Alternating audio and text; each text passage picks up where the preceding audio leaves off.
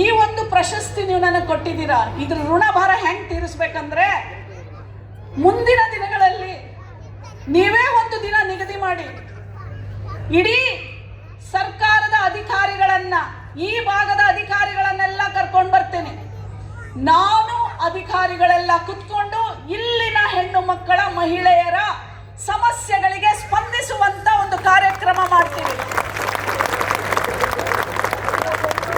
ಅವತ್ತು ಈ ಪ್ರಶಸ್ತಿಯ ಋಣಭಾರ ತೀರಿಸ್ತೀವಿ. ಸುಮ್ಮನೆ ತಗೊಂಡೋಗ್ಬಾರ್ದ್ರಿ, ಪ್ರೀತಿ ಋಣಭಾರ ರೀ, ಆ ಋಣವನ್ನ ತೀರಿಸ್ಬೇಕಲ್ರಿ. ಹಾಗಾಗಿ ಅವಾಜಿ ನೀವು ನೋಡ್ರಿ, ತ್ಯಾಗ. ಅವ್ರು ಏನು ಮಾತಾಡಲ್ರಿ, ಬರೀ ಒಂದು ನಗು. ಆ ನಗುವಿಂದ ದೊಡ್ಡ ಹೋರಾಟ.